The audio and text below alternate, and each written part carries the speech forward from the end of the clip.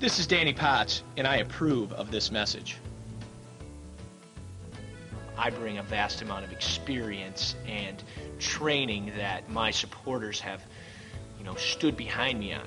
Although somewhat controversial, I believe that if we stay the course over time, my camp will be vindicated. Dan and I first met probably almost 30 years ago playing volleyball on the beaches of Pere Marquette.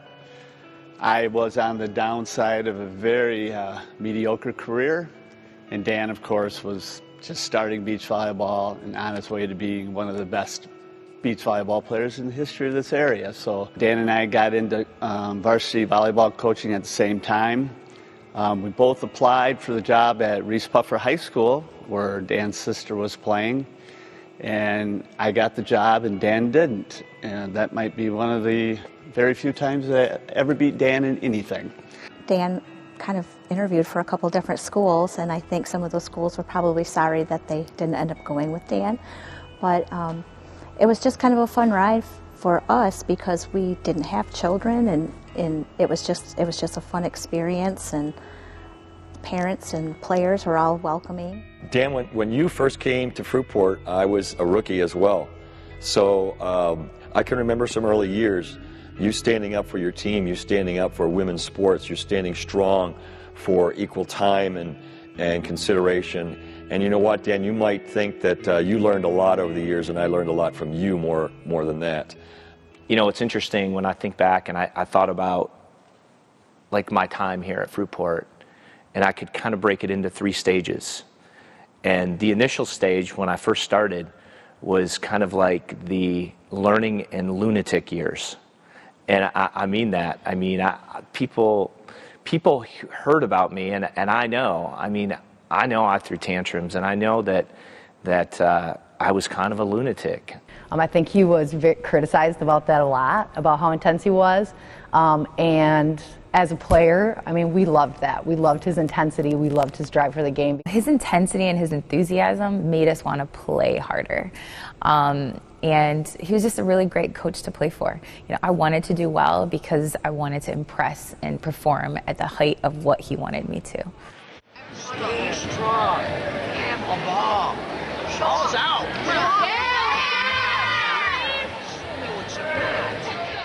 But once I got through the lunatic years, then there was like a period of kind of getting over the hump. I remember he would kind of scream at the kids from the sidelines, and I would come home, or he would come home, and I would say, those girls are not going to pay attention to the next play if you're busy telling them something from the floor. I said, so you've got to trust yourself that things are going to happen in practice, and you can just, coach the game, but you can't yell between each play. They would always tell me to put my earmuffs on when they wanted to swear. So I've heard all the words in the book, I guess.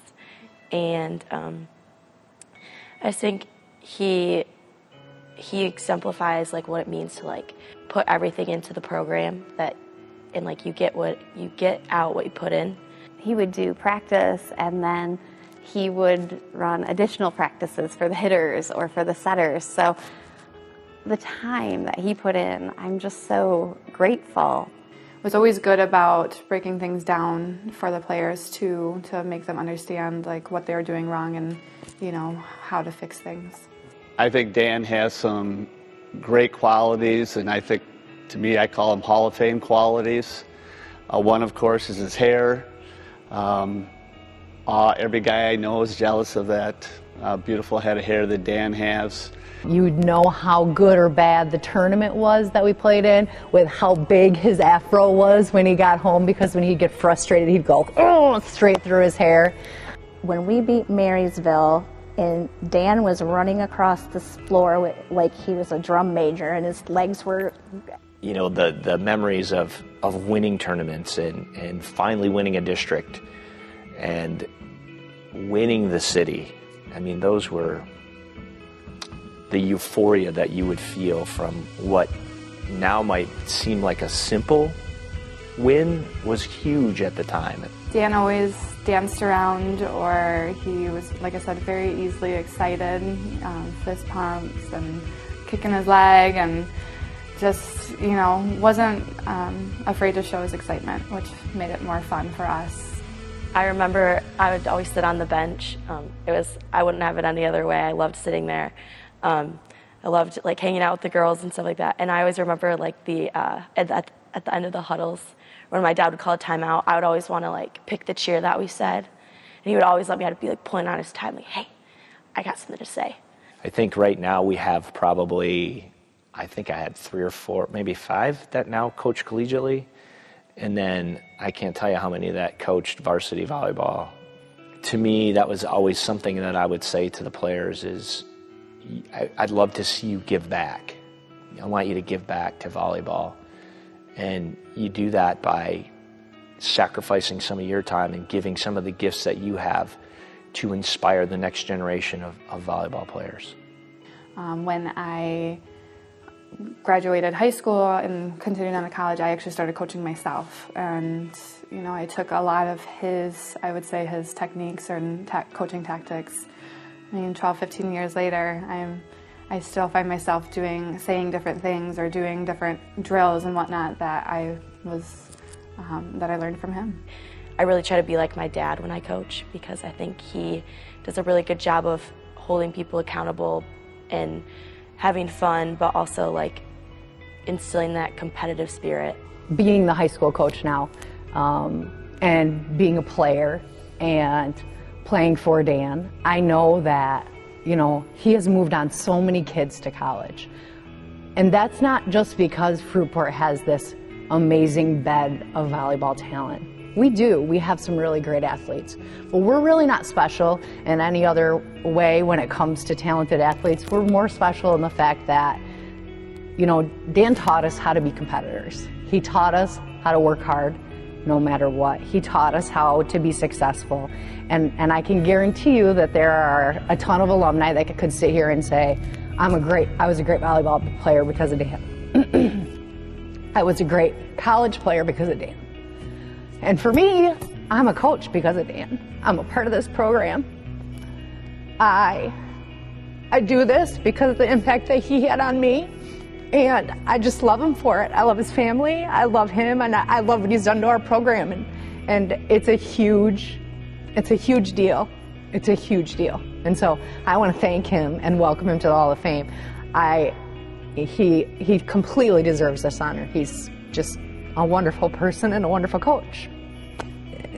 He led the way for Fruitport volleyball. He began this tradition, and I'm proud as a Fruitport employee to say that tradition still exists, and we're continuing to, achieve such great measures as a team because the precedent was set years and years ago, starting with such a fantastic coach like Coach Potts.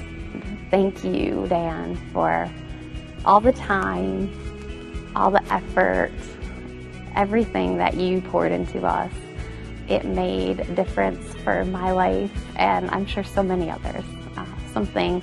You gave us something that we could take forward, into our whole life. One of the greatest guys on the planet, consider him a personal friend, and very proud of you, Dan, and well-deserved honor. Congratulations. I think you've had a great influence on a lot of young people in this community, and you are a great competitor, you're a great coach, you're a great mentor, great friend, husband, father, and someone that I look up to and really appreciate all that you've done for me and for everyone else. I think you're an outstanding person, and this honor is well-deserved. Dan Potts, we're very proud of you and thankful for you and your family, your faithfulness and loyalty in those days to Fruitport, and we wish you the best always.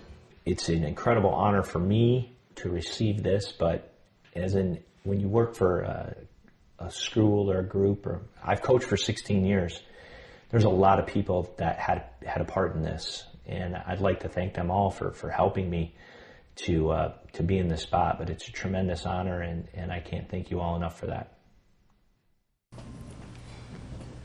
Could say a lot about Dan.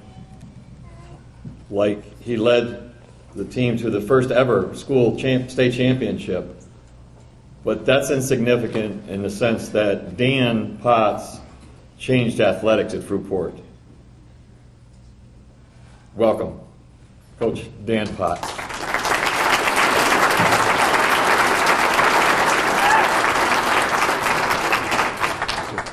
Thank you. Thanks. Appreciate it.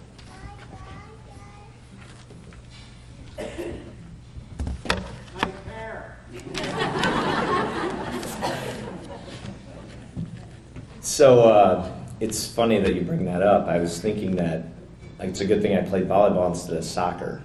Kept my hair.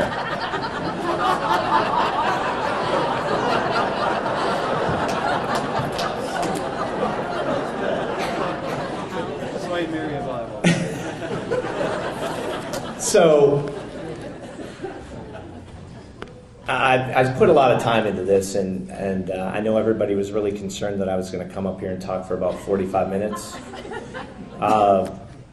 I'm going to keep it under 45. So I would like to thank the Hall of Fame Committee for all the time and energy and thought that goes into the selection of the honorees and the production of this event. It's straight up first class. This is one of the greatest honors of my life, and I really appreciate it.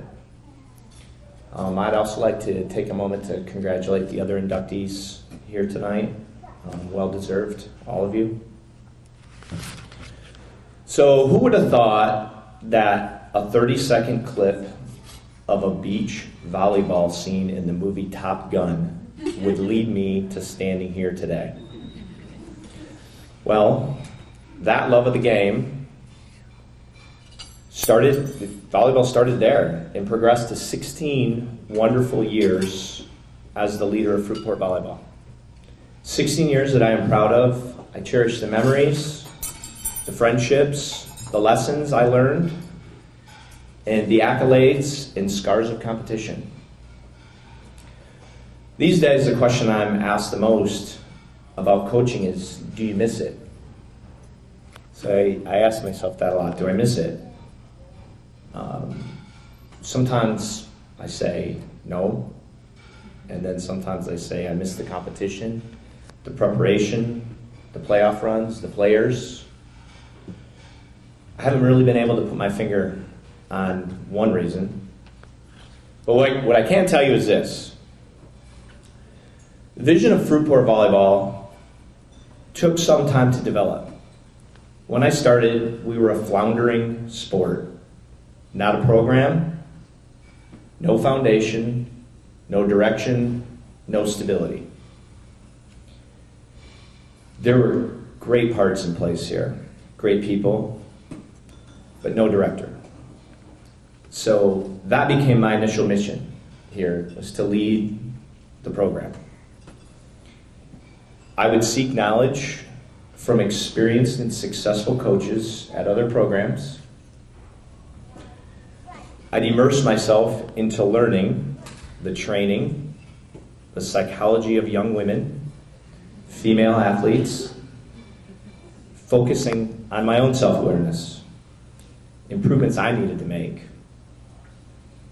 State championships became the goal eventually, but that was so far off in the beginning.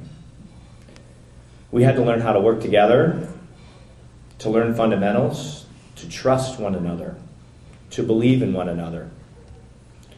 To build the foundation required a singular vision, a plan that required an unwavering commitment to doing it the right way, with the end goal being a dominant program that produced team championships at all levels.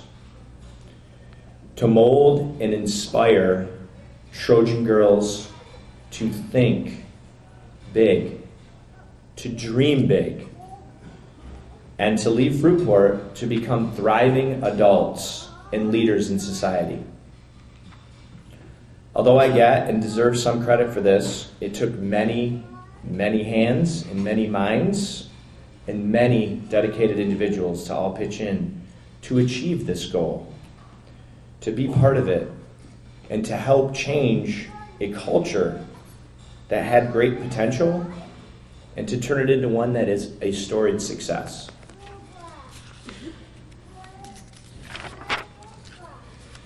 So I'll start some of my thank yous.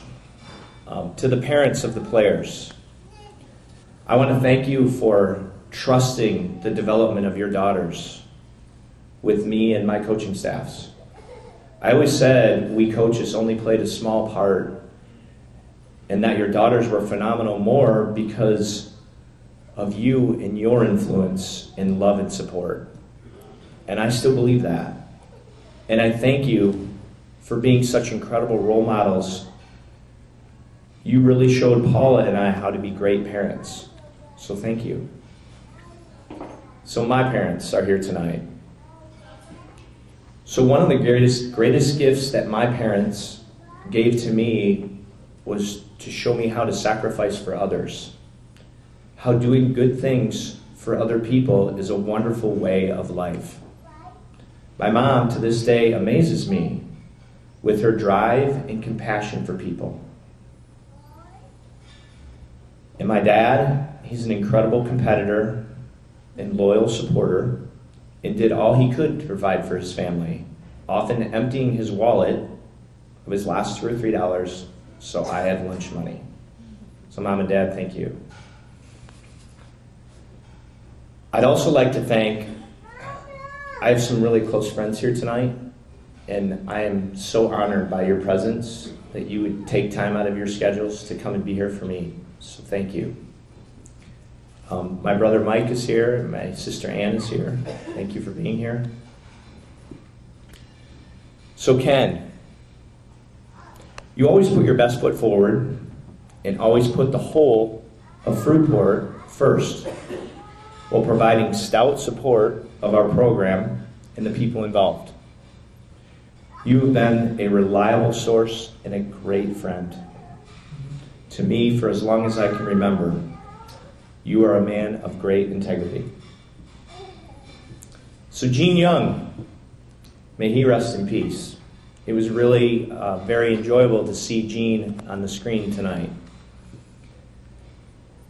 So I promised Gene that I wouldn't be that guy that talked for 45 minutes up here. But I know my speech is a little bit over 5 minutes, because I'm seeing this thing blink right here, right now. So I love Gene. I love that man. He was such an incredibly positive influence and a mentor to me, and we will all truly miss him and his voice around here in the community. To the Fruitport community and the school staff, you've been so wonderful to me and my family. I feel such a strong connection. We felt the love and support for many years, and there will always, always be a place in my heart for this town.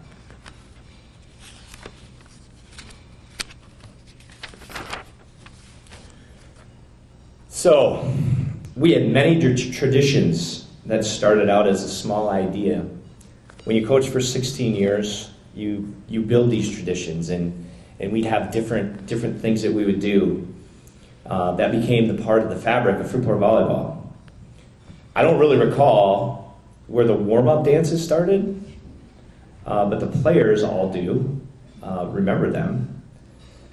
It wasn't my choreography, but I may have contributed a few sweet moves, for sure. But the evolution was totally Fruitport. I know the Hawaiian shirts started with Scott Vanderwerp, who was an incredible friend and supporter that only made our program stronger with his wisdom and dedication. And how about the Trojan men? I think there's a few here tonight.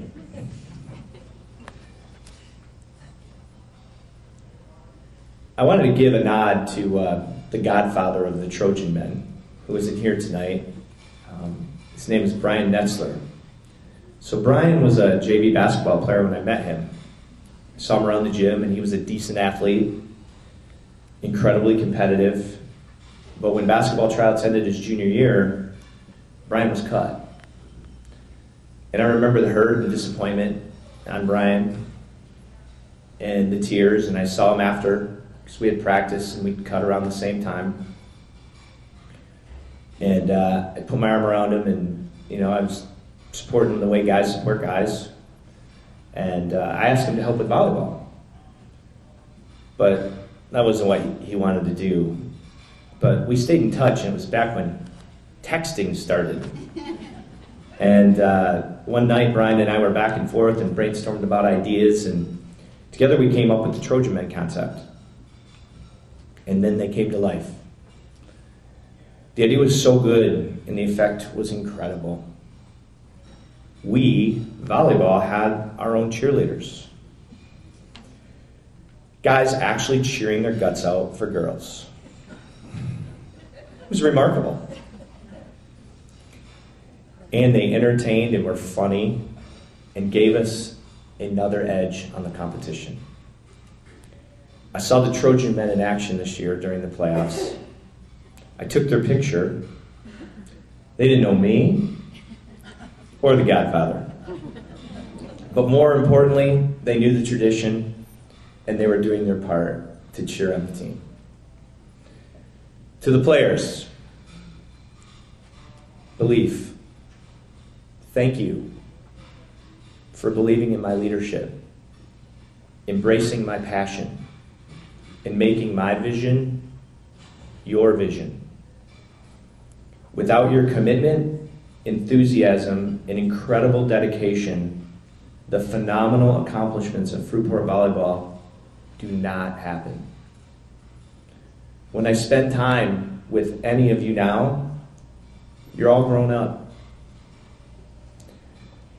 I so enjoy the self-confidence that you display, the pride that you exude when you talk about Fruitport Volleyball.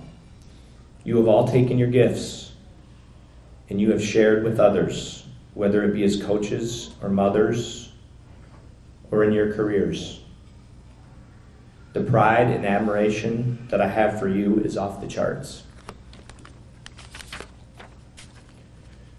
You are all champions and helped change a culture in a community that did not exist. Which reminds me of a story that I want to tell you guys. It's one that some may know, but most don't. It was back in 2001, and as a school, we were rolling. Our program was doing great. We had just won our second regional championship, and we had not been out of the top 10 of the state rankings for 3 years, and we would remain in the top 5 for several more years. It was a golden year at Fruitport, 2001. Our football team made a historic run to the state finals, the Silver Dome. It was incredible. During this run, they bused all the elementary and middle school students to the football stadium for an all-school pep assembly. We all thought that was great. School pride, community pride. It was awesome. Until the volleyball team repeated the feat. We were also competing in our first state finals. I remember calling the school first, then the superintendent's office, inquiring about our school-wide pep assembly, the girls' opportunity to be inspired by the school community. I was told nothing like that could be done. It was too complicated. Kids would miss school. Too much planning. As you can guess, I was miffed, angry, but I recoiled and I asked the superintendent why they would treat the female athletes of the school so differently than the boys. Why the obvious inequity? How can you deny our female athletes the opportunity to be heroes, to be role models for the young girls in our school? Provide those young girls a vision of what they can become. I challenged, no, I threatened her, that Fruitport needed to do better, find an acceptable solution, or that her phone would not stop ringing the rest of the day, with parents of volleyball players demanding an explanation. To her, to credit the leadership of our schools, they pulled it off. And that is how we got the tradition of parades at our school, through the elementaries and the middle schools and the high schools. And you know, the Trojan men marched right along with us. That was a huge step in how the culture of girls' sports was evolving in a positive way at Fruitport. We made huge progress. We received incredible media attention, strong community support, and athletic respect. A message that girls, too, can be powerful forces in entertaining and galvanizing in athletic areas. But that fight is not over. As long as mainstream media continues to devote only small amount of coverage to girls' sports, we have to do what we can to support our girls. Clicking on articles and sharing them and asking for more. Showing up at their matches. Continuing to do that.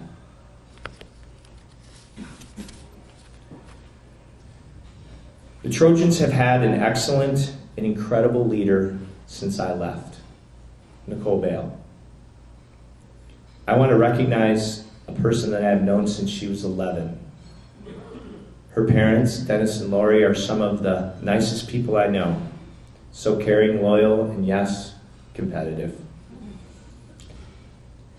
She made my departure easier, and she did what I had asked, what I had hoped. She took a tradition and made it better. I am grateful for the friendship that I have with Nicole, and she is a strong, independent leader who is one of the best coaches in the state, and we are lucky to have her here. So speaking of coaches, I wanted to thank and appreciate all the coaches that helped me along the way. I'm not going to name everybody, you guys. Terry Laring is here. Terry worked with me from the very beginning. She followed me, creating the foundation, trusted me, and is a huge difference maker for Fruitport Volleyball. Jeff Grossenbacher, who isn't here tonight, was a jack of all trades and an amazing contributor to the success of volleyball for 26 years and counting. There's a few other coaches here tonight. Jim Vanderwell's here, and Jeannie McClaner's here, and both of those people made huge contributions. Jennifer Brink also helped coach, and Jamie, and Brooke, and the Punch's sisters are here. All have coached. There's one other guy I'd like to mention. His name is Brandon Reed, who was an assistant for a long time with me. He was my sidekick, provided so much passion and inspiration to countless players. His energy and volleyball mind challenged me and made me a better coach and tactician. There are so many to name. I know that I will miss some. So my buddy Kyle's here tonight, Kyle Coran. One of the greatest competitors I know also, Kyle. When we were opposing coaches, our Fruitport teams would drive him and his teams crazy. His drive and passion was contagious, and he always made the city tournament special for his team and ours. My admiration has grown for him immensely over the years. Since I've left, I have followed and supported the Trojans, but it was definitely odd when I was coaching at Mona Shores, and I had to compete against a team and community that I love so much.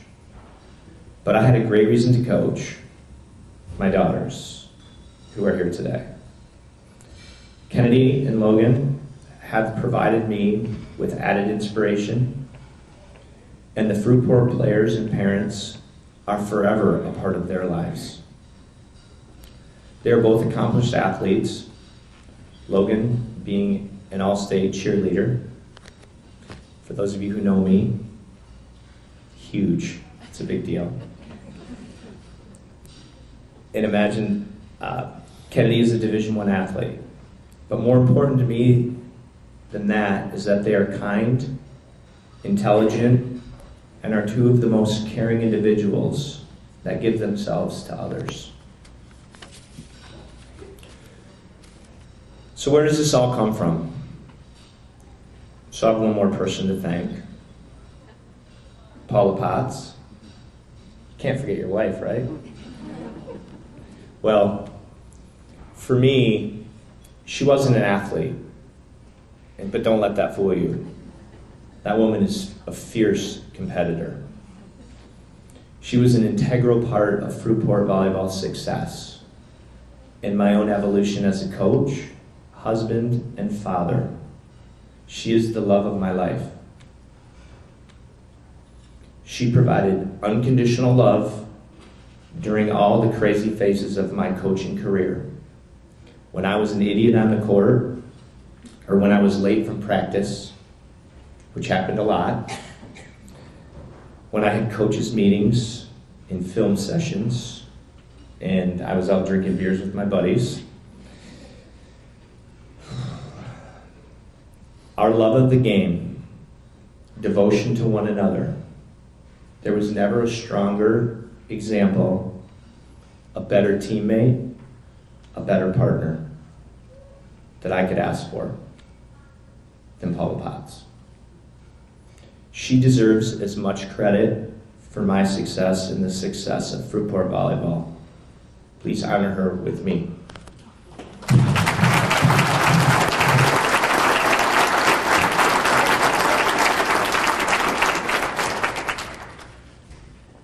So, as I conclude, I want to bring you back to this.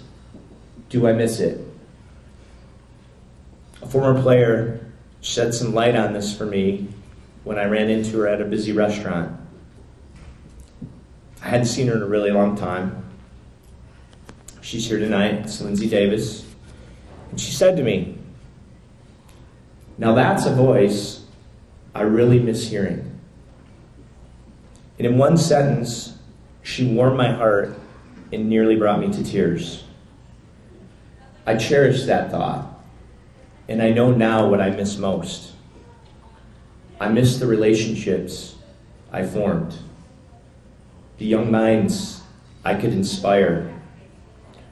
When my daughter Kennedy made the team at Western, I was so proud, but it wasn't my dream or my goal. It was her goal, her Mount Everest, so high and almost unattainable. The players were my daughters before Paula and I were blessed with daughters. I was able to gain trust and inspire goal setting, to encourage so many to reach so high, the almost unattainable individual goals, team goals. Sometimes we didn't reach the destination, the Holy Grail, but we had one hell of a journey. That is what I miss most. Thank you.